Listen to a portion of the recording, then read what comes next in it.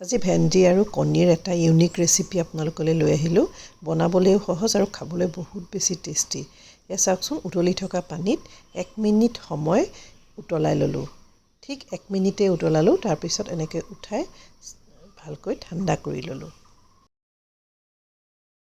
ঠাণ্ডা হোৱাৰ পিছত মিহি মিহিকৈ স্লাইচ কৰি পেলালোঁ। ইয়াতে এটা পিঁয়াজ মিহি মিহিকৈ কুটি এড কৰিলোঁ।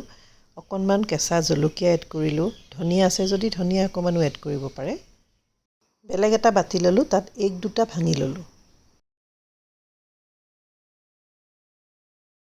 ভালকৈ ফেটি পেলালোঁ। এতিয়া গোটেই ভাজিখনত যিমানখিনি নিমখ লাগিব সেইখিনি নিমখ এড কৰি দিলোঁ। হালধি অকণমান দিলোঁ।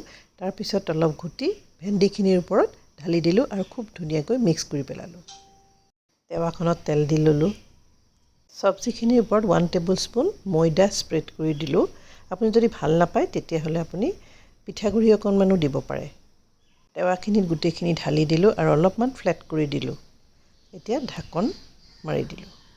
কম হিটত তাক সিজিবলৈ দিলোঁ আৰু উল্টাই দিলোঁ 5 মিনিটমানৰ পিছত।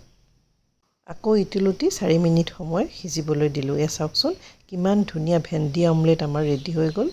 এয়া এনেকৈ কাটি আপুনি সকলোকে পৰিৱেশন কৰিব পাৰিব। ঠাণ্ডা হ'লে কাটি পৰিৱেশন কৰিব। মই পিছে গৰমে গৰমেই কাটি পৰিৱেশন কৰিলোঁ। সহজতে কেতিয়াবা একো বনাবলৈ যেতিয়া মন নাযায়, এনেকৈ এবাৰ বনাই খাই চাব। খুব ধুনীয়া এটা চব্জি ৰেডি হৈ যাব। আকৌ লগ পাম